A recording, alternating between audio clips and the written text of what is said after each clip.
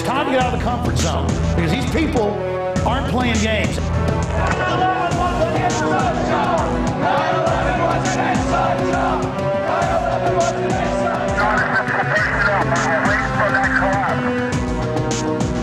We're going to organize. Humanity's going to come together.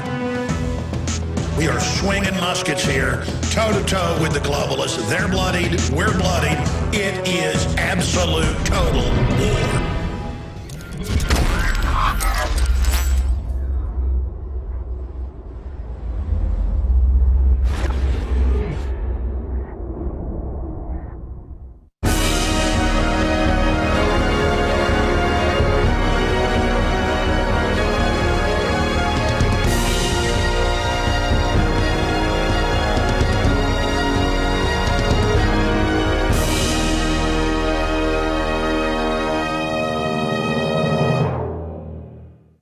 We are locked and loaded. It is Tuesday, January 24th, 2012.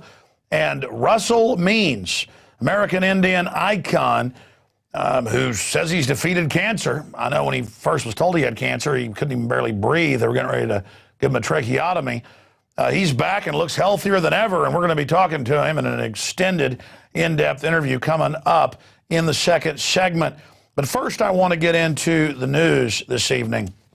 Now, George Soros is at Davos this year, and he is talking about a total collapse of society and acting like he and his cohorts had nothing to do with it. He now wants to be our savior. But before we get into that whole report, I thought we would look at the man, George Soros himself, who's talked about 3 years ago having a good crisis and all the rest of it, because different people that work for him and different mouthpieces are calling for basically shutting down and arresting anybody that criticizes the government. And they're pushing this new version of authoritarianism on the public. Now, there's a bit of a mystery here.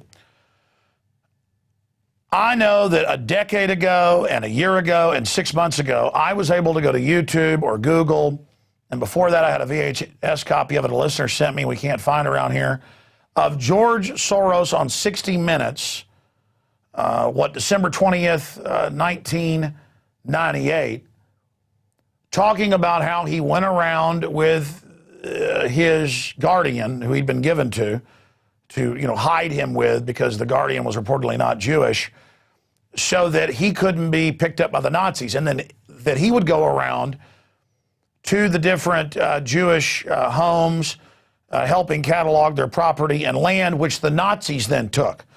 And in his spin, he says that's okay because they were taking the property. He wasn't, but he was helping them. So that's like saying, if I help knock down your door and then step aside for you to go in and rob somebody, that I'm not involved. And the mystery here is there are hundreds of transcripts of this on news sites, you name it. I have seen the full interview many times of him on 60 Minutes, and it is gone from the BitTorrents, from YouTube, from Google, from every video site. Today on the radio, when I couldn't find it, I put the call out to our millions of listeners to find it. They couldn't. It has been expunged. There's this one audio clip that's only part of the transcript we were able to find on YouTube, audio of the video. So he does not want people seeing this. Now, I find it interesting because Soros, we'll play some of these clips later, is constantly comparing everybody to the Nazis. George Bush, which I actually have to agree with, but it's true, and others. But then gets mad if he gets compared to it.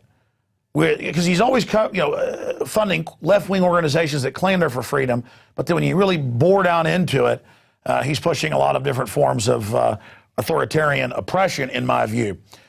But looking at the transcript of this, and we'll put it back up before we play the audio clip of what we do have, Croft is saying to him, and you watch lots of people get shipped off to the death camps. Mr. Soros, right? I was 14 years old, and I would say that's when my character was made. In what way?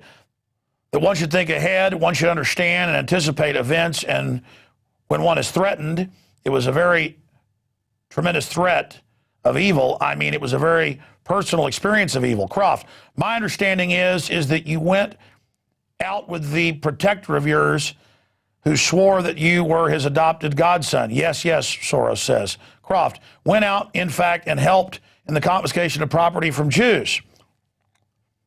Mr. Soros, yes, that's right, yes. And then he goes on with no feeling of guilt, no. I mean, I've seen this video, and it's gone. And the reason I raise this is in looking for this again today, I find Media Matters, who's told me on the phone when they've called me as reporters before, when they openly work for Obama and others, that they've never gotten money from Soros. And then I go to the federal filing papers online, and there's Soros, $1 million here, money there. I mean, I've had their head people call me, and I'm like, you work for George Soros? And they go, no, we don't. No, we don't. I'm like, yes, you do. And the guy starts laughing at me. So it's super creepy because I'm not defending Glenn Beck here, but look at this. Beck falsely accuses Soros of Nazi collaboration on Kristallnacht anniversary. And then you read into their article, and give me a document cam shot on this if you can. They've got the exact same quotes of the transcript I just read. Went out, in fact, and helped confiscate the confiscation of property from Jews. Yes, that's right. Yes. No feelings of guilt? No. I mean, this is the level of mind control where the TSA is on video sticking their hands down people's pants and then going, we're not sticking hands down pants. Or their own reports say the radiation's giving people cancer, and they go, our report shows no cancer, and the report shows cancer. This is this weird psychological warfare thing they do where they just engage in all this bizarre behavior. And I mean, I could see that sliver of truth there, that grain of truth that, well, I was 14 and they'd have killed me if I wouldn't have done it. But still, it's technically collaborating with the Nazis. I mean, that is what it is. And listen, if you would have come out after that and done things that were humanitarian, then people could forgive you. But instead, you always claim you're humanitarian when you push the nastiest globalist garbage I've ever seen. I mean, I do believe in second chance for people that are juveniles, because a lot of people, including myself, did bad things. I mean, I stole beer a couple times out of golf cart ice chest.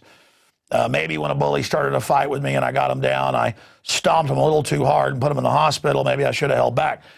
But that isn't in the same universe as the type of thing Soros has done. So I wanted to just cover some backstory on that for a moment before I get into his latest statements, the latest things he's up to. But here's a clip of him on CNN, a grainy YouTube clip of him on CNN talking about George Bush and similarities to Nazis.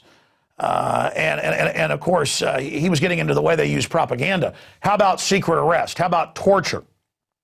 How about planting weapons on groups or lying about Iraq and staging false flags? I mean, George W. Bush and what he did was Nazi. But Soros even kind of waffles on this. Here it is.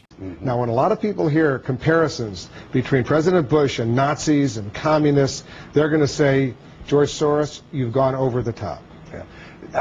You actually picked up the most incendiary part of the book, and I am very careful to draw a clear distinction between the Nazi regime and our open society, because we are a democracy.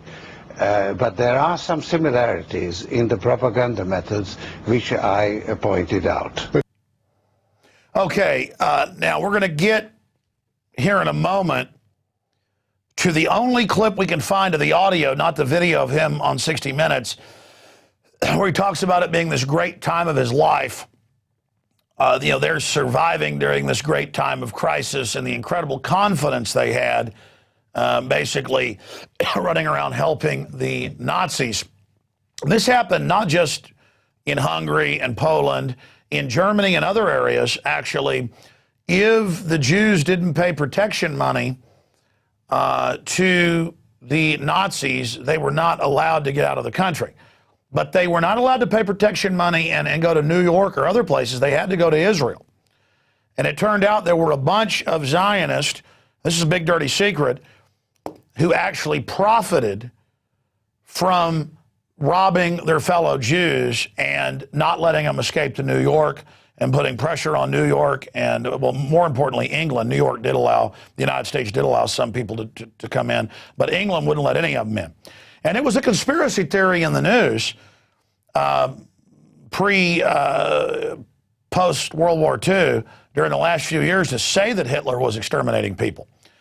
So that's one of the reasons today people then go around and say that Hitler didn't kill any Jews, because that was already being said in the news to anybody that pointed out that Hitler was killing Jews. And Hitler was killing Jews and a lot of other people.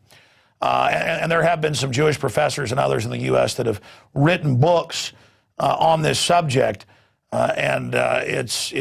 always have mafias over racial groups or religious groups who will work with outside oppressors to kind of be the minders and the managers of all of this. And it's truly disgusting. Truly disgusting. In fact, again, we have this short little clip. This is all we can find. This is the only audio of the video out there. We read you the transcript of the really damning stuff. But here he is on 60 Minutes. It was actually probably the happiest year of my life, that year of German occupation. For me, it was a very positive experience. It's a strange thing, because you see incredible suffering around you, and in fact, you are in considerable danger yourself. But you're 14 years old, and you don't believe that it can actually touch you. You have a belief in yourself, your belief in your father. It's a very happy-making, exhilarating experience. And while we're at it, we'll cue up a clip of him at Davos a few years ago calling for, this new world order and China being a big part of that, which of course they are.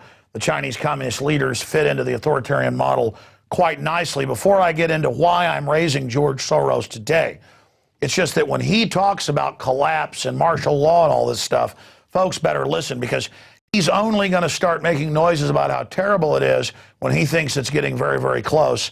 And I know Russell Means wants to talk about that. Coming up in the interview we're going to be doing with him later, I asked him, what do you want to cover first? He said economic collapse, hyperinflation. So we'll be talking to that on that subject coming up. Right now, let's go ahead and go to that clip of George Soros on the New World Order. What sort of a financial deal should Obama be seeking to strike when he travels to China next month? No, I think this would be the time, because you really need to bring China into the creation of a new world order, financial world order. Okay, so my issue with Soros is he's financed all these color revolutions in former Eastern Europe, and they replace kind of the Russian quasi-puppets with Western puppets that are even more oppressive. Not a fan of the Soviet tyranny, been against it my whole life. Not a fan of some of the Islamic oppression. But the point is, the West is bringing in a more scientific form. And George Soros funds anti-gun groups. He's always funding groups demonizing the free speech of libertarians and constitutionalists.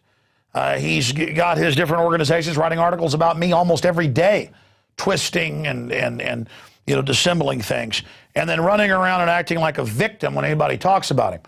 Now, continuing here, going back to the Daily Beast articles, while we got on the subject of Soros, he's come out, and we have an article at Infowars.com that breaks it down in more detail, and basically talks about economic collapse, martial law, political crackdowns. And he says this is the most evil, to quote him, time of his life, even more dangerous probably than World War II. And this is coming from a guy who broke the Bank of England. This is coming from a guy who is incredibly ruthless. That's the thing, is that he didn't stop his predatory actions after he was 14, 15 years old, collaborating with the Nazis. Continuing, again, I wanted to show you the old quote of him coming out and saying, I'm having a very good crisis. So he's having a very good crisis a few years ago, but now that the collapse is getting near, and he's saying he doesn't invest people's money anymore because it's too dangerous, and this horrible time is coming. The system's been getting ready for collapse ever since they got rid of Glass-Steagall 13 years ago and began the implosion of the world economy. They lit the fuse that's leading to this, and they want total power and control out of it.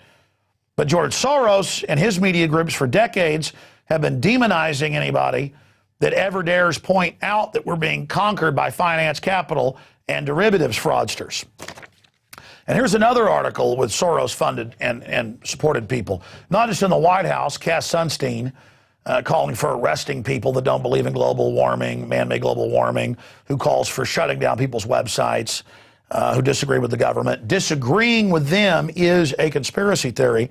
Continuing on that front, Soros mouthpiece calls on Google to police conspiracy theorists. And it's funny, maybe we should pull this up. Google has announced today, it's big news, that in their terms of service now, you have no privacy.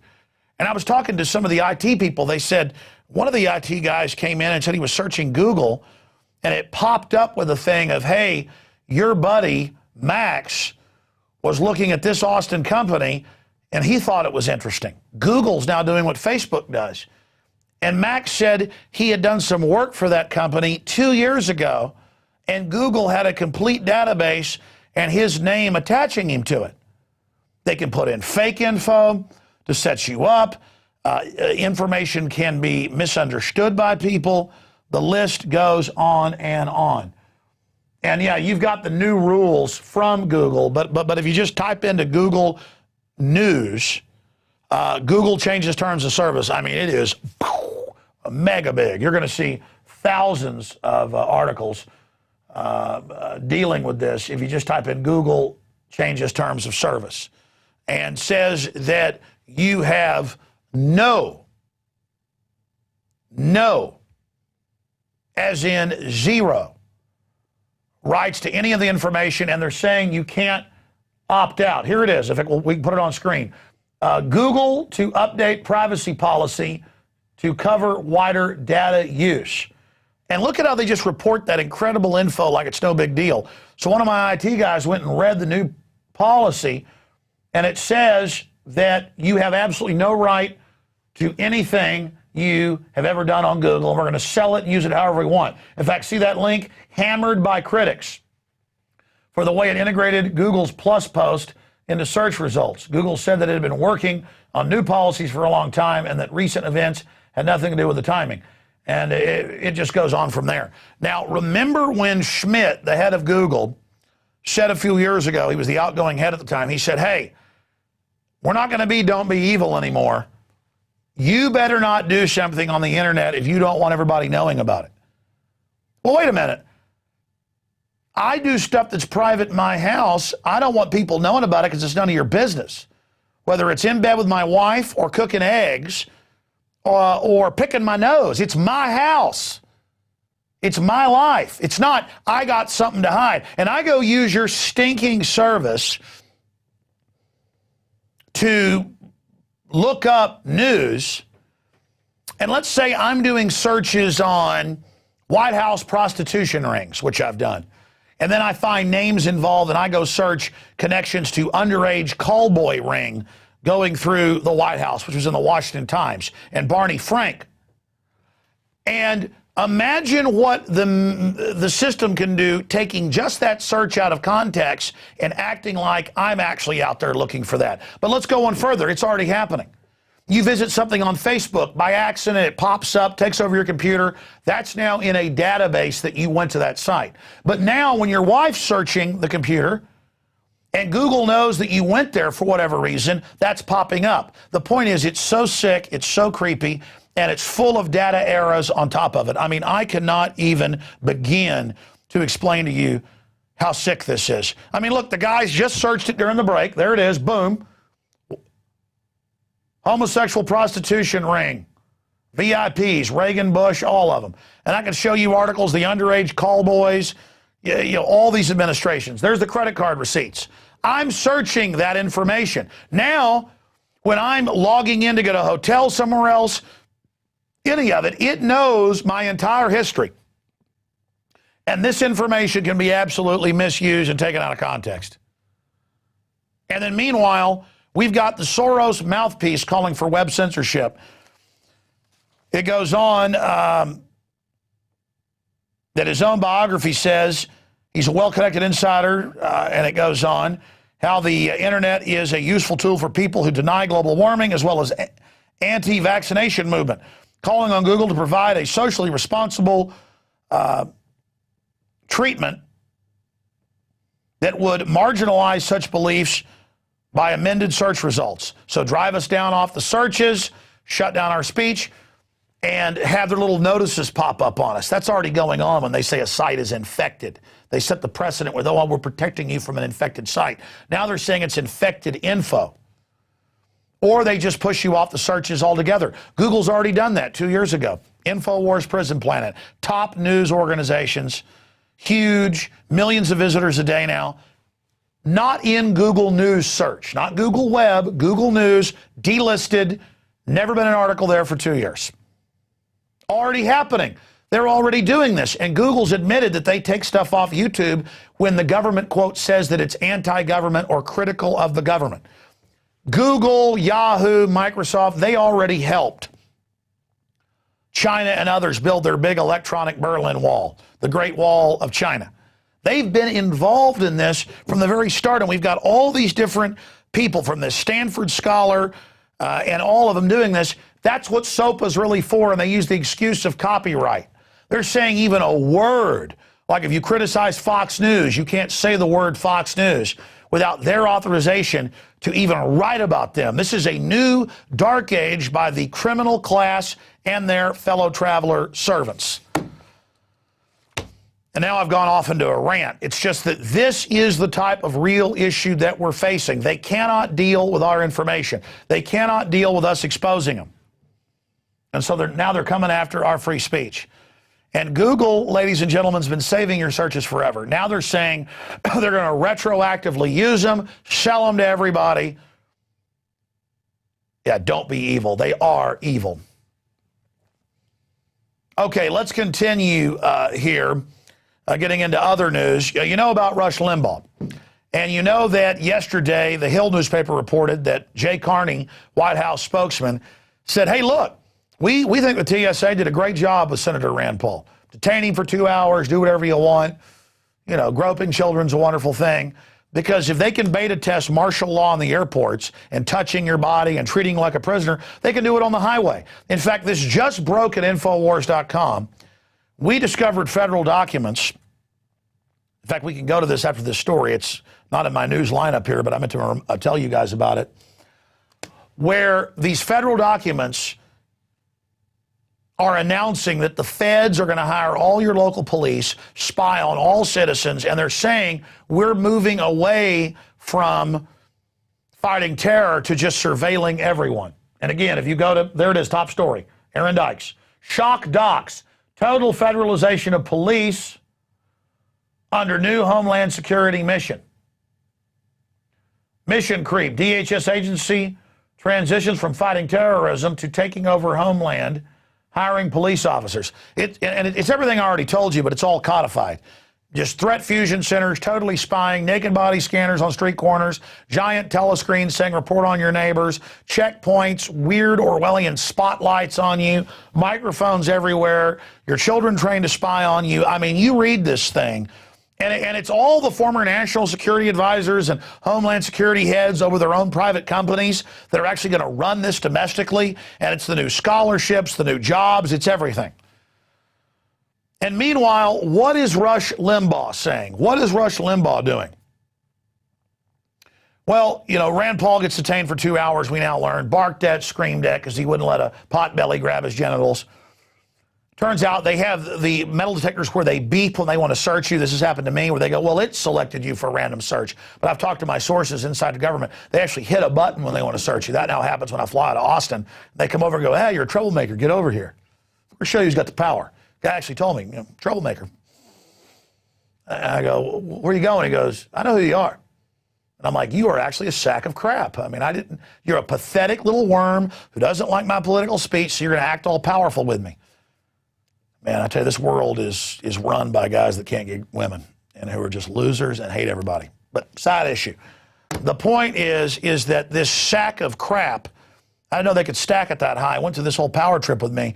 Well, now Limbaugh, Ron Paul sounds like an Islamic terrorist. And he goes on to say, well, they've stopped Rand Paul, but I think, you know, it'd be reasonable if they stopped Ron Paul because he might be a terrorist. And again, it's like it's a joke, but it's not. This is the wave. They're shifting the whole Homeland Security system now to the white Al-Qaeda and all their TV ads, and to domestic groups, and all the guys in the ads are wearing John Deere hats. Again, they sold the good old boys on taking people's rights because it was just for the brown people. And now they're selling everybody on taking the rights of the white people. And it's like that Jet Sprat could eat no fat and his wife could eat no lean. So in between them, they lick the platter clean. You got the white folks saying, well, I'm not really racist, but the brown people are scary. Secretly arrest them. And then they tell the brown folks, hey, the white people, you're not really racist, but they are kind of scary. They're all terrorists. And again, they just all sell it in a balkanized way. And so it's this whole rollout by the narcotics trafficking, criminal, gun-running, fast and furious, scumbag government growing opium publicly in Afghanistan that's stolen tens of trillions and is starting World War III. Let's go ahead and go to that Rush Pimp Baugh clip. Kentucky Senator Rand Paul has been detained by the TSA at the Nashville airport. He set off the alarms and refused a pat-down, so they detained him. He sent his dad a note about it, and it's become a big story out there. Now, if this had been Ron Paul, you couldn't really blame the TSA. You have to admit Ron Paul almost sounds like an Islamic terrorist sometimes. But this wasn't. Gotcha. Let's go back here. This was Rand. That's good. Now, Rand didn't set off alarms. When you go through them now, they'll beep in a Pavlovian way to make you think you did something wrong, and they go, oop, the scanner chose you. It's a different beep than the metal, because I went through no belt, no shoes, through the athlete's foot, through all the disease at the Austin airport, and it beeps, and they go, oh, it's chosen you for a random search. It's all this Pavlovian buzzers, beepers, potbellies there to stick their hands down your pants. Ooh, Miss USA, it's over for you. TSA workers have gone public and admitted, when a hot woman's going through, they got managers there that go, naked body scanner. It doesn't matter. Americans will sacrifice everything on the altar of slavery. I mean, it's so creamy and good to have your children abused by these people. It's like a sacrament of land of the coward, home of the ostrich, home of the slave, home of the head in the sand. And so just enjoy. Take extra vaccines. Enjoy the highest cancer rate in the world. And growing. Okay, but Ron Paul has slammed the TSA and announced a money bomb. He slams out-of-control police state and uses it to try to raise money to fight the tyranny. He says donate so he can become president to end the TSA. Why are the average senators and House members for this? Because they've stolen so much money in insider trading and good old boy deals. In Congress, they all got private jets and are exempt from all this, just like Limbaugh. Okay, continuing, here's another one. Ron Paul ignored in GOP debate once again. Congressman was afforded less than 6 minutes, less than everybody else. And the only question he got was, when are you going to drop out of the race? So that's all part of the criminals molding reality. Hey, to all the people who support the system and think you're on the winning team, you're the people that are actually going to throw yourselves out because you're so overconfident and hubris-filled and so busy stealing everything, not tied down, that you're going to destroy yourself. So I'm sad you're doing this, but, you are what you are. Continuing, Monsanto has come out and said there's no need for or value in testing the safety of GM in humans. Now, there's all these hundreds of studies, conservatively, in lab rats and in other mammals showing every major GMO crop, not just Monsanto's, the corn, you name it, sterilizing them, organ failure, absolute hell on earth. And we're starting to see this happen in humans. Our life cycle's longer than a rat, so it takes more time to see this unfold. And Monsanto, who controls the courts and everybody, just says, hey, and has got their people in every major federal position over them. They say, just don't worry about it. They say it's no big deal. Just trust us. We care about you. They were also the makers of Agent Orange and aspartame, and we woke folks up to it killing people in the sodas, so now they just put it in all the, even sugar gum. There's no way to get away with it because Monsanto cares about you. Continuing, their best-selling herbicide Roundup has been linked to infertility. Really, you think an herbicide sprayed on plants that have been made to be resistant, so they absorb it and then you eat it, you think that might lead to infertility? I mean, we do have the lowest infertility in the world. It's dropping. 87% of the sperm are dead or can't swim. I mean, pretty soon we'll be totally sterile, but hey, that's okay. Everything's fine. Government loves you. Now, we talked about this a little bit on the radio today, but red spotlights to mark pre-crime suspects. And they say, you know, Homeland Security, we're face scanning, we're reading your license plate. And the AP in the clip actually says, hey, this is a great thing because it's actual pre-crime. And so now you'll just disappear because the computer says you're a terrorist programmed by a real terrorist. So we've got a clip of that. The directed red lights will be attached to existing surveillance cameras and can shoot a light beam a full city block away. If a police officer monitoring one of the city's many high-def cameras sees a crime about to occur, like someone about to get mugged, they will remotely bathe the would-be perpetrator in red light. The police are observing you, the police are recording you, and the police are responding. What, in case of drug dealers bringing in drugs that the feds didn't bring in for the local police to distribute? Or maybe if somebody's selling guns illegally that weren't bought from the ATF to blame the Second Amendment. I mean, I don't know about that New Jersey town, but most big cities are narcotics run. And the police chief gets a little cut. Nobody minds. They live in a $2 million house on a salary that you couldn't live in a $500,000 house. And they keep the drugs illegal to keep the prices high, and they let the crackheads rob your house to get the stereo and computer because that's their tax. They got to get the money to buy the government crack that's then laundered through a big globalist bank. And I mean, here in Austin, you can watch the city cameras. The public has access. I can drive right now to East 11th Street and show you crack dealers and show you yuppies pulling up buying crack cocaine. Nobody's stopping it. They're putting body scanners now on street corners that passively look at your naked body. I mean, it's all just a bunch of terrorists. Everybody knows it, you scum. All right, that's enough of those terrorists. Let's go ahead and go to this next piece here. This is out of KFI Radio. LA military exercise, a joint military training exercise, will be held evenings in downtown Los Angeles through Thursday, working with the Los Angeles Police Department with helicopters and more. You know, the foreign banks hijacked America. They know we're waking up. They're getting ready for total depression and implosion, and they're training the military for war with the American people. So that's what America has basically signed on to, and that's what our military has been trained to do. Moving right along here. SOPA and PIPA fully alive, and a new bill joins them. And again, I said it was a victory that they claimed they were backing off, but that's always a military tactic, is to say you're backing off and then launch an attack during the ceasefire. Again, they have nothing but contempt for a public that's let them commit this many crimes, so they're on a piranha-like rampage. A deja vu in the form of OPEN, the new anti-privacy bill, an alternative to SOPA and PIPA, brought forward by Representative Darrell Issa, who's helping cover up Fast and Furious, because when they brought up the magic word that Bush was involved, boy, he shut that down. And 24 co-sponsors introduced the Online Protection and Enforcement Digital Trade, or HR 3782, that does all the same censorship that George Soros' minions and everybody else wants. Continuing here in this gargantuan issue of Infowars Nightly News, Sun hurls strong geomagnetic storm towards Earth. Why don't the control freaks just give us a law to stop that? When it hit us, it's like a big battering ram that pushes the Earth's magnetic field. And they go on to break down the fact that the energy causes Earth's magnetic field to fluctuate. So the sun, the main driver of our atmosphere, is going pretty wild right now. Continuing, oldest dinosaur nestling site ever found contains hundreds of 190 million-year-old eggs. Yeah, for not even very much money, I bought my dad a prehistoric crocodile skull out of Morocco, and it's just, they're digging up just hundreds of thousands of different prehistoric lizards and dinosaur skeletons and eggs. Very, very interesting. The excavation site in South Africa belonged to the prosauropod dinosaur and predates other nesting sites by at least 100 million years. So truly, truly mind-blowing.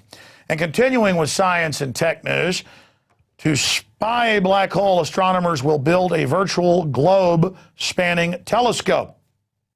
The thing we will actually see is light just barely escaping from a black hole, said Dan Marone, a University of Arizona astronomer involved in the new project called the Event Horizon Telescope. Event Horizon is a good horror movie, by the way. Astronomers call black holes the most baffling objects in the universe. The power gravity of these collapsed stars is everything around them, and no one has ever taken a picture of one. The reason: no single telescope is powerful enough to spy one. The black hole, the center of Milky Way, is a wee in the sky as a baseball on the moon. To see it, astronomers will synchronize a network of telescopes into an Earth-size super telescope. I don't know how it's an Earth-size, even if they synchronize all the telescopes, but whatever, I'm sure it means something my feeble brain can't understand. All right, we're going to go to break and come back with Russell Means, who's battled back from cancer. They told him he wouldn't survive long, and he didn't go with the chemotherapy and radiation. He'll tell us how he's beaten it so far. Just incredible information coming up. But I want to give you a quote from Adolf Hitler, since we were talking about authoritarians and people that use financial crises to gain control of society, like George Soros. Thought I'd give you a 1934 quote. "What luck for the rulers that men do not think. All propaganda must be so popular, and on such an intellectual level that even the most stupid of those towards whom it is directed will understand it. Terrorism is the best political weapon, for nothing drives people harder than the fear of sudden death." Speaking of Hitler, Hitler was big on medical tyranny. That's the first groups that he went after and oppressed, was the handicapped, the mentally infirm. It was called racial hygiene. He was also big on forced inoculation. And now in the U.S., California has passed an unconstitutional law saying they'll shoot your kids up with vaccines without your consent. And, of course, we now have the American Medical Association coming out last week and putting a paper out saying, you know, the public's not taking our shots that Big Pharma pays us to push. Let's just make it mandatory. So our very own Darren McBreen, Infowars Nightly News reporter, went out on the street in Austin, Texas, to ask the public, hey, do you think the government, lobbied by foreign corporations in many cases, with vaccines made in China, should force you to take vaccines? And they're always adding new vaccines to the list. This is in our medical tyranny section. We'll talk about it more with Russell Means coming up after the break. Here's Darren McBreen. Should it be mandatory that all students who attend school be vaccinated? That I'm not sure. I would say yes. I would think it's a good thing, but mandatory, I guess that could violate some people's rights. No, it shouldn't be mandatory for students to have vaccinations in order to attend public school. No, I don't think it should be mandatory to get vaccinated before attending college. I do believe they should be vaccinated. Yeah, I think it should be voluntary. And tell us about, you said your sister chooses not to. Yeah, she's in Portland, Oregon. She has 3 kids, so she chooses not to vaccinate. And she actually actively fights against not vaccinating children, not having it as a requirement. I think it's always everyone's decision, though. I don't think you can force anyone to get vaccinated. Vaccines, I don't trust them. I don't get my flu vaccine. Interesting development in California. They just passed a bill legalizing children consent for vaccines, if you could believe it. So 12 years old and above, they can actually consent to vaccinations for Gardasil and hepatitis B. What are your thoughts on that? I think that's a bit early in life to be putting this decision on kids. I don't think minors should have the ability to make these decisions. It's up to the parents. Well, I think children over the age of 12 probably don't have all the mental facilities to make a decision like that on their own. 12 seems a little young. I don't know how you can make an informed decision when you're 12. I don't even think I would know anything about vaccinations when I was 12. So. Well, they don't let kids do anything else without parental knowledge. Why would they do that? I mean, that's ridiculous. Parents are responsible for their children. It should definitely be the parents' choice over the students. Totally the parents' decision what they do with their children, where they go to school, and what vaccinations they get. Do you think that any of the vaccines pose a risk? Potentially, yes. Starting January 1st, California minors as young as 12 years old have the right to get preventative treatment for sexually transmitted diseases without parental permission. That includes the HPV vaccines, Gardasil, and Cerevix, which help prevent many strains of cervical cancer. A group of children are going to go to school who've not had the vaccine, and they are going to be shown a film. And they tell children, we're just going to show you this film, and they don't tell them that it's sponsored by the pharmaceutical industry, but they will show them a film, and it will show the horrors of cervical cancer. And those children will be frightened, deliberately frightened, into getting the vaccine. Don't tell your parents, kids, but you get this vaccine, because this is going to happen to you if you don't get it. This is a $50 billion a year industry. And it's time that we expose what these merchants of death are doing. Their vaccines don't work, and they've been linked to killing people and maiming others. Big Pharma, obviously they're making billions of dollars, so do they have an incentive to push these on the people? Oh, yeah, this is all big business. More money. I have my suspicions about pharmaceutical companies influencing political, the same political sway, bills being passed to force people to get vaccines. Every piece of information that is in accordance with that vaccine, side effects, I mean, the good side effects and the bad side effects, everything should be made public or available to the patients so they know what they're getting themselves into. I would say do actual research into the drugs instead of hearsay. You can't force anyone to do anything that they don't want to do. So at the end of the day, I don't think you should be forcing that at all.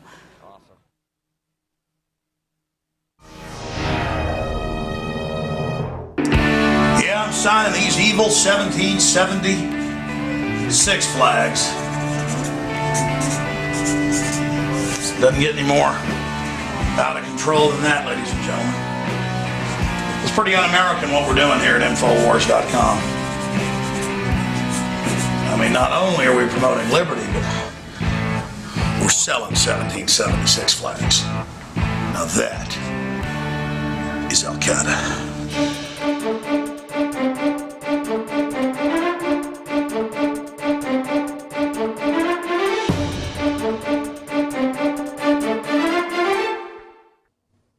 The American people, for too long, have been an irresponsible, free people. And even generation to generation, as they've become less free, they don't recognize it. They have lost the ability of critical thought. In order to regain critical thought, all you have to do is read your Constitution and then look at the laws that govern you, especially from the federal perspective. It's unconscionable to allow your freedoms to be taken away decade after decade after decade, year after year. And I'm very proud of this, by the way. My nation, the Lakota, were the first nation to militarily defeat the United States of America on the field of battle. And that resulted in the 1868 Sioux Treaty. Be that as it may, what has happened after they economically forced us into these prisoner of war camps by destroying our food supply and our right of passage in our own land, they confined us to these, and then they began practicing and perfecting their colonial tactics. What has happened is now America, because of the irresponsibility of your forebears and the irresponsibility of yourselves, you are now on one huge Indian reservation. All policies were bred and born and birthed on an Indian reservation, and then exported to the world, and now comes back on the backs of the American people. You have a near-perfect document. In the words of Benjamin Franklin in 1744, to a collection of colonists discussing freedom, he said to them, and I quote, "If a nation to the north can form a near-perfect union that has endured for centuries, why cannot we form a more perfect union?" Unquote. So they're talking about the Iroquois Confederacy, and that's where the Constitution comes from. Because in 1988, on the eve of the 200-year anniversary of the Constitution, it was a unanimous thank you by the Congress of the United States. They sent in writing to the Six Nations Iroquois Confederacy, thanking them for their input into the Constitution and the formation of the United States of America. So you see, the Constitution is Indian law, and that's why I love it.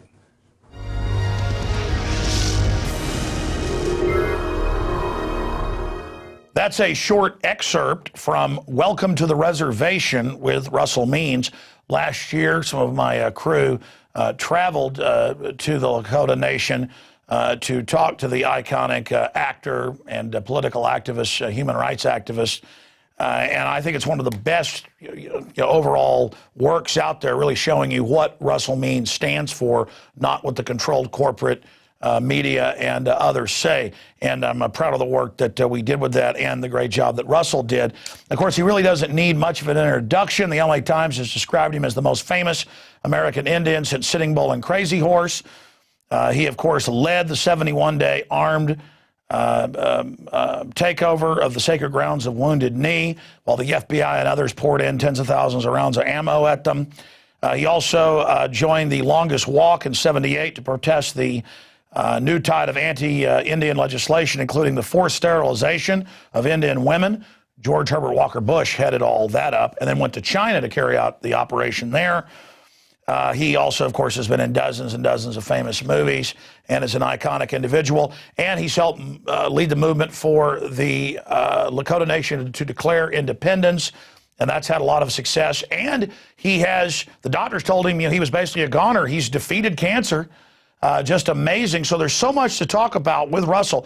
Right as we got him on here during the break, I said, what do you want to talk about? The cancer, the NDAA police state, the new wars, all the things that are going on.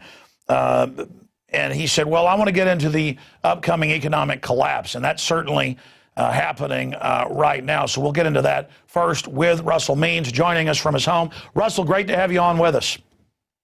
Thank you. Great to be with you again. So much has happened, but you predicted many years ago this economic implosion. It's here. You got criticized for not worshiping Obama. Now it's been proven that he's owned by the same people as Bush and others. You're being vindicated yet again, Russell.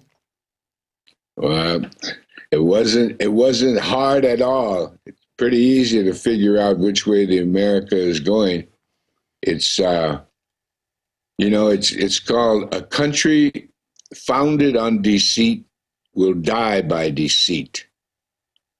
And with all the broken treaties, which is a violation of the Constitution, and then the ongoing violations of the Constitution against the American people, starting in the 1870s, even before that, in the 1840s, when they created the corporation, and then on to 1913 to the New Deal. On and on and on. As we go through American history, we see how they continue to put the handcuffs on American people. And now it's complete. We're a police state, no doubt about it. And the American people haven't risen up yet. I don't understand it, and I condemn it. But, occupying a public park is not a meaningful strategy to get something done. It's with the impending economic collapse, because based on the greed of the 1%, the Wall Streeters, in collusion with the government and corporate America, this year alone, now since Obama took over, we've had about a 23% inflation rate over the 3 years.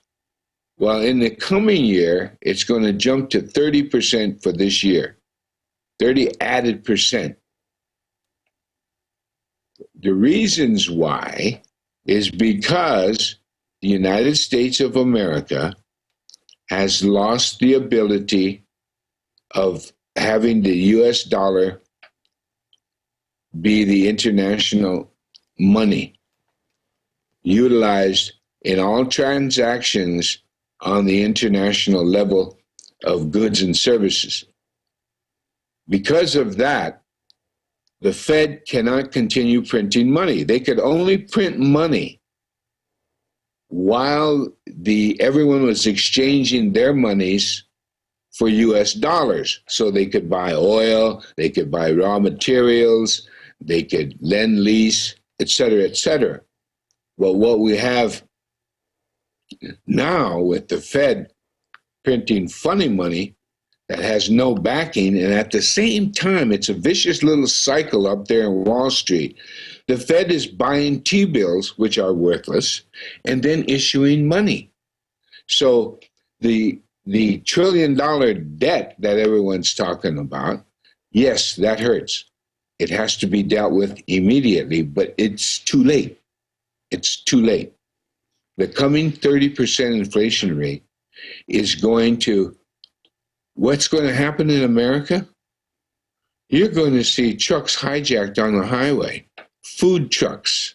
You're going to see chaos in the South, in the Northwest, all over America. No longer will immigration be an issue.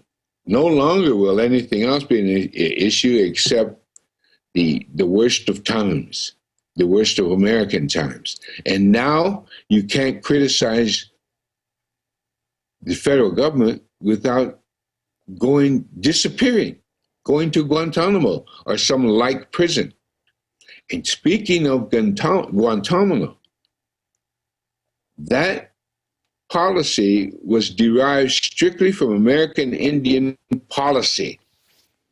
It started in the Seminole Wars, and it was continued with the Apache Wars and the wars with my people. We won. And of course, the deceit set in. All I'm saying right now is we know the history, we know the contemporary times, and yet, because of the impending collapse, with the cycle of money, of the Fed issuing money, that is why it's called funny money. It's called funny money because the dollar is no longer the international currency. Therefore, because of all other currencies being changed to dollars so they can buy goods and services throughout the international community, what we have now is people are creating alliances to buy with their own monies or with gold, or they're creating money like the Arab Emirates and the Middle East. The Arabs are starting to create their own currency. India just announced they're going to stop using the dollar. That's a big deal. Yes, they're buying their oil from Iran, and it's done with gold. Now, what's going to happen in America, because of this funny money, and it's a vicious cycle there inside Wall Street, where the Fed is buying up worthless T-bills and then issuing money because they bought up all these savings and and then they're funding the banks with more money. It's just a vicious cycle that's suicidal. And that's why inflation's going to raise 30% this year alone versus the 24% under Obama in 3 years. So you see, the country's going to become a calamity of chaos. You're going to have trucks hijacked on the highway, food trucks hijacked on the highways. It's going to be a dangerous time in America, and it's going to begin at the end of this year. Well, as you know, in Argentina 10 years ago or 11 years ago, the same thing happened. They were very wealthy, but they had the same inflation happen. And you're always extremely well read. You're always up to the minute. The Davos meeting, as you know, the big global banksters are meeting in Europe, and they're actually saying, George Soros and others, that total collapse, worst time in history, worse than when George Soros was even involved as a trader in World War II. He's actually saying that. All these other big bankers are saying that, and they've covered up the inflation so far, but you're right, it's now accelerating, and their answer is Homeland Security drills. Practicing to lock up the general public, practicing, they're in the news again saying arrest people that criticize the government. They were detaining Rand Paul and groping Ron Paul at the airport, and Rush Limbaugh said, well, they don't want war, so they're terrorists. I mean, he actually said this. So they're sending up trial balloons now to actually use the National Defense Authorization Act on the American people. And as you said, for decades, and I've studied the history, it's true what you're saying, Hitler, the British, all of it used their concentration camp models and their city lockdown models that they've used in Fallujah and Iraq and other areas was all beta tested here. And now, isn't it fitting in a sick way that everything that was pioneered here in the United States is now going to come back on everybody? On everybody. And that's why I mentioned that famous saying about deceit. A country founded on deceit will die by deceit. And this country, you know, it's a very disparate country. You have the South, you have New England, you have the Mid-Atlantic states, you have the Great Lakes, you have Texas, you have the Southwest, the West Coast, the Northern Plains, the Southern Plains, et cetera, et cetera. We have a very disparate country that's far from really being unified as a nation state because of our lack of culture. Now, when we have a lack of culture, there goes the value system. And the value system in America is one of convenience. Everyone in America will do anything for convenience. Like your Apples, you know, you own about 5 different kinds of computers that you can carry around on your person. That's ridiculous. I've seen them in the airplanes, you know, they have an iPhone, they have a book, they have a Kindle book. And then their computer. It's crazy. This country of convenience. They will allow this country to do anything against the Constitution, and then they opt for convenience. Well, we do have, and I really, really, really am afraid for Ron Paul, because he's the only one talking about the Constitution and the best parts of it, by the way. And if the miracle happens and the American people wake up and they nominate him, they're going to get rid of him just like they did the Kennedys and everyone else that allegedly a single assassin takes care of, going all the way back to Abraham Lincoln. Russell, let me ask you a question from your historical research and just your gut sense for things that's proven accurate. You're somebody that stood up to tyranny. You've actually done more than just occupy a square. You physically occupied your own land and faced the federal attacks. Knowing this system, what's going to happen when a culture that sold their soul for convenience, for bread and circus football, who thinks it can't happen here, what's going to happen when the bottom completely drops out and the big banksters are offshore laughing about it? What is going to happen to the average person who is very soft and who doesn't have a culture? They have this plastic corporate culture that blows with the wind.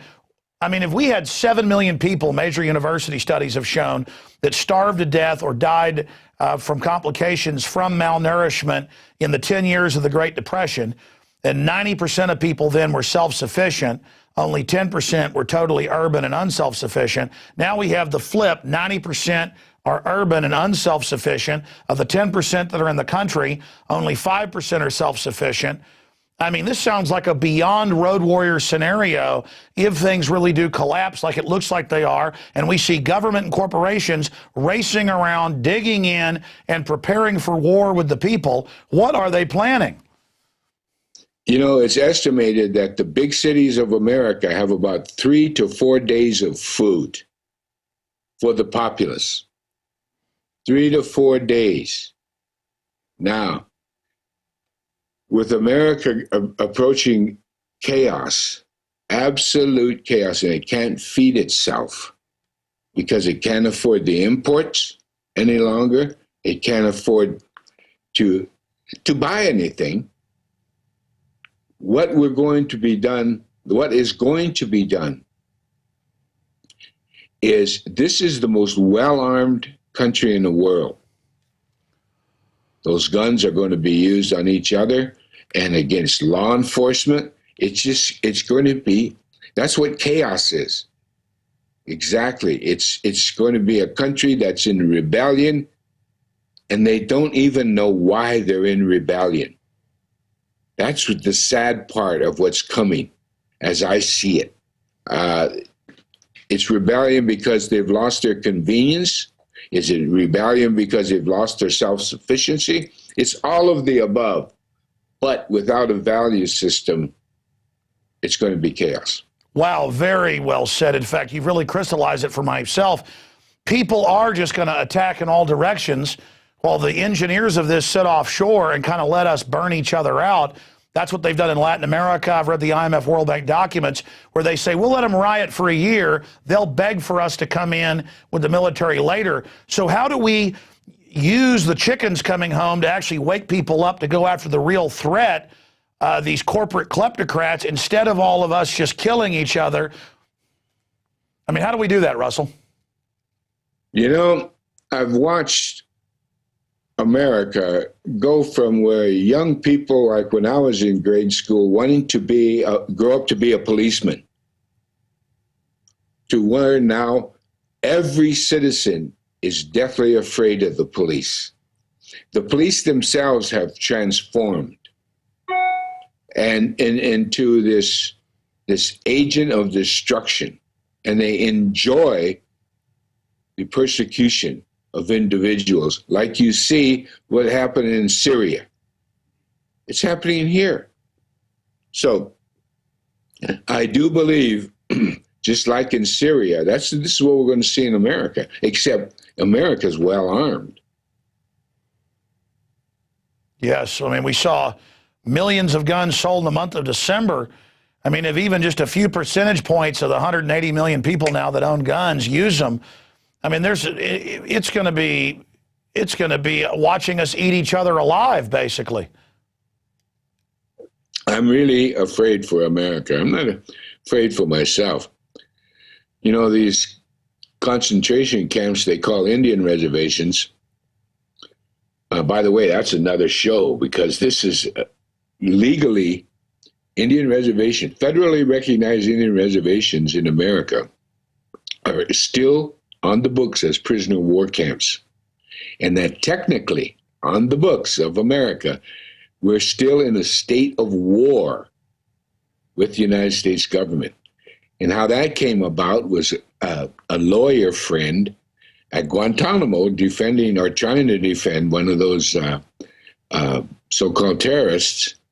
It might be a terrorist, I don't know. But the point being, in his research found out that Guantanamo was taken from Indian policy. So I and my friend, my younger brother, he's a lawyer, we went and researched even further into Pentagon files, etc., and found out that technically we're prisoner of war camps on these Indian reservations. That explains why we do not have constitutional rights. So what is going to happen is all these areas, and you know they got the FEMA camps and everything else, they're prepared to get the survivors off to the prisoner of war camp. And then the docile few that are left will get in line for their jobs in a society that no longer is built on convenience. Boy, you said it, and that is the system. As much as I don't want to believe that, the system, the controllers are building their entire architecture, their entire stance is built around a total collapse, and they're the ones pulling the trigger to do it while telling the poor sheep that they're there wanting to keep them safe and take care of them. It is monstrous what they're attempting to do. I want to shift gears now into your health. I mean, I've been watching the videos that you've been doing, your updates. We've been posting them on my YouTube channel and at Infowars.com. And I'm excited to see you getting better and better and better and better. And I mean, I saw an update you did a few weeks ago, and you look even better and sound better than then. Russell, I mean, are you 100% cured? And how did you do it when they told you, basically you didn't have any hope at the regular doctors? Well, my wife had a tremendous amount to do with it. She's the miracle worker. She saved my life. But we used alternative medicines that are only available in 3 states. alternative cancer treatments are illegal in 47 of the 50 states. The only 3, of course, as you know, is Nevada, Utah, and Arizona. Well, we found alternative methods that naturopathic doctors who study the insides of the human body for the same length of time as MDs, medical doctors. So these naturopathic doctors we consulted. We also went to an oncologist who does tomotherapy. He's the only one in the United States does tomotherapy on a regular basis, full time. When that is the lifesaver, by the way, because it's a laser-like machine that only kills cancer cells, not good cells. See, radiation, when they throw it on you, it kills good cells, more good cells than cancer cells. So we went with him for laser treatment, and we went, and then, of course, to my own people, both in Mexico, Canada, and on different reservations in America, and we got Indian medicine. Now, my oncologist and the naturopathic have asked just exactly what it was. Well, my wife is going to write a book on our 6-month journey defeating cancer, because I'm, as you know, I completely defeated it, including lung cancer. I had 2 separate cancers, the esophageal cancer of the tongue and throat and the lymph nodes and the neck, and then I have a separate cancer in the lungs. Wow. We got through it. But the worst thing is what we found out, that this country, it's a mass conspiracy to make American people sick and dying. Well, as you said, I mean, with the American Indians, with the sterilization, the bad meat, the blankets, with the smallpox, with the British officers' manuals, I mean, this is all on record. It's been duplicated everywhere, all over the world, and expanding on that. I mean, for those that don't know, who just are watching for the first time or may have heard in the newspapers all over the country that you had cancer, it was big news. Now that you've beaten it, it's not big news, and it should be, because of the conspiracy, that, you know, the money they make off killing you.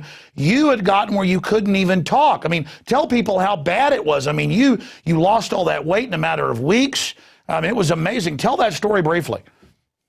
Well, I lost a pound a day for 65 days. That was the average. I lost 65 pounds in less than 2 months. And what happened is that I just couldn't eat. And I didn't want to eat, no matter what was happening. And of course, after I was diagnosed, all energy left me. And so we went to the naturopathic doctors. We started getting intravenous blood work done, which they extract you about 1/3 of a quart of blood from you. They clean it of toxins and heavy metals, and then they inject oxygen, mistletoe, and vitamin C, which all kill cancer cells. And they used other supplements that I took. But the biggest help in all of the doctors, naturopathic and the oncologists, they want to know what kind of Indian medicine. They're the only ones. The whole world hasn't come to our door. It's amazing how this whole thing has been kept silent. But man, have we found out the vast conspiracy in every aspect of American industry, you know, the pharmaceutical, the military, the medical, the government. It's to disease us up and then sell us the drugs. The drugs are what make you weak and keep the recurrence of cancer coming back. All those, and I took them for a while, sugar diabetes pills, rheumatoid arthritis pills, hypertension pills. Those are made of chemicals that the human body cannot process adequately or even definitively. Oh, yeah, the additives in the food that they allow them to put in are, I mean, look at diabetes, cancer. The United States leads the world, and I've seen studies where people 50 years ago ate all the fat, the unhealthy food, and weren't fat. It's all the additives that are making people swollen with water because of the toxins, and they know exactly what they're doing.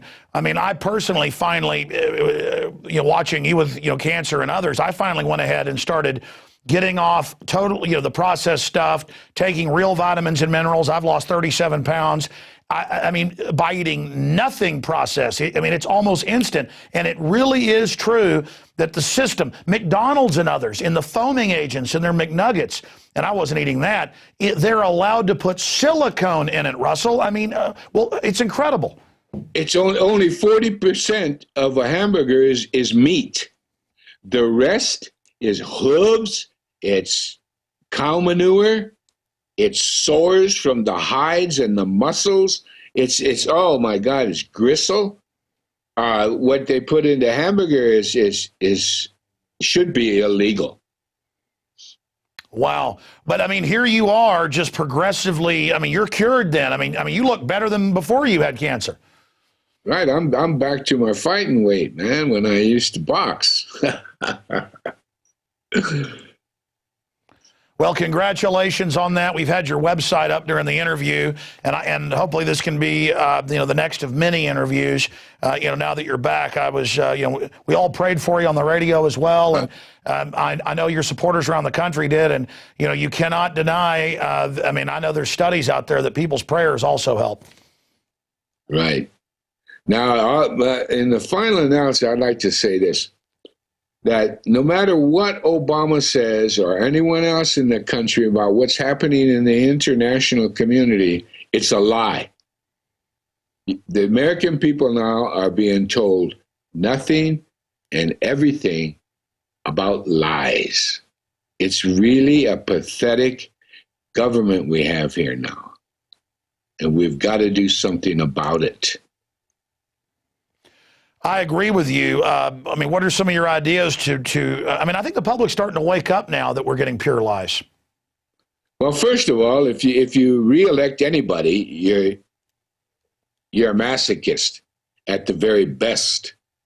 But what has to happen, aside from that, is occupy senators' offices, local and national. Occupy D.C.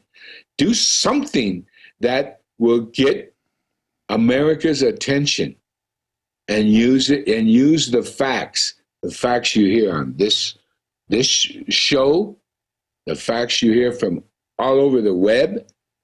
We've got to start acting like Americans.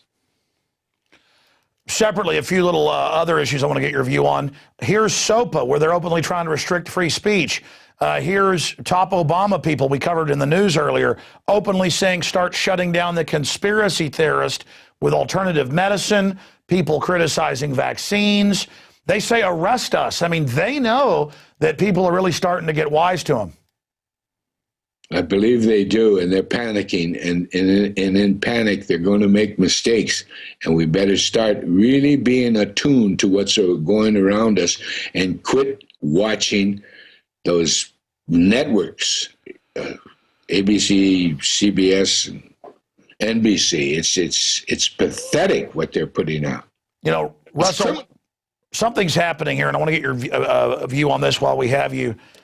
I have been conscious to the eugenics, the population reduction, the poisoning. I have the documents. You have the documents. They're all out there, not just for American Indians, but people all over the world this system is being used against. And even though I was conscious of it, until the last few months, I hadn't even put what I knew into action. And I think it's that separate, system of Russell Means is awake and knows the system can't be trusted, but you've got a local doctor who means well, who's compartmentalized. They're saying take all these pills, so you take them. I'm the same way. I know that, the GMO's poison, but then I don't do all I can to stay away from it. There's a difference between, and I want your take on this because I don't know what you call it, knowing something, but still it's almost like it's a fiction even though you know it's true, and actually living it. It's one thing to talk the talk versus walk the walk. Do you see what I'm saying? Oh, very much so, because I'm a vegan. You know, I come from what is America, which is a meat-eating culture. I'm a vegan now, and it's the only way to wellness. It's the only way your body can naturally fight off these these forced introduction diseases. If they did not subsidize the beef industry, for instance, or the poultry industry, or the fish industry, or the agricultural industry, food would be astronomical, and we would be forced to be vegans because we would be growing our own. And as you said, only 5% of us are self-sufficient now anyway. But what I want to point out about the beef industry, if the subsidization, and this is how much taxes, your taxes, everyone's taxes are going towards just the beef industry alone. If you took away those subsidies, a steak would cost $90 in the supermarket, and a pound of hamburger would cost $35. My God. And the chickens are starting to come home to roost. Russell, thank you so much for joining us. And again, I look forward to speaking to you again in the future. And we're really glad to see you back and better. And it's certainly a testament to stuff that they call alternative medicine that in so many cases the system is trying to suppress because it's the real treatments. It's not the alternative. And we won't get a chance to talk to you, I know, for a while. Anything else you'd like to tell the audience out there? Just what I've just always been saying every time I'm with you. We got to do something and do it fast. All right, Russell, I want to say bye to you right at the end. I'm going to end the show and come back and say bye to you privately. Okay, my friend? All right, my friend. All right, great. Well, folks, that's it for that powerful interview here on Infowars Nightly News. I'm going to play some excerpts of this in the next few days. Also on the syndicated radio show that airs 12 noon Eastern, 11 a.m. Central, 9 a.m. Pacific. But you can also go to YouTube and watch for free. It's also posted here at prisonplanet.tv. Welcome to the Reservation, hour-long documentary we did with Russell Means that we put out for folks to actually get what Russell really stands for, not what the corporate-controlled media says he stands for. Very interesting fella, and one of a kind, certainly. Okay, that's it for this edition. Great job to the crew, and hopefully we'll see you back here tomorrow night, 7 o'clock Central.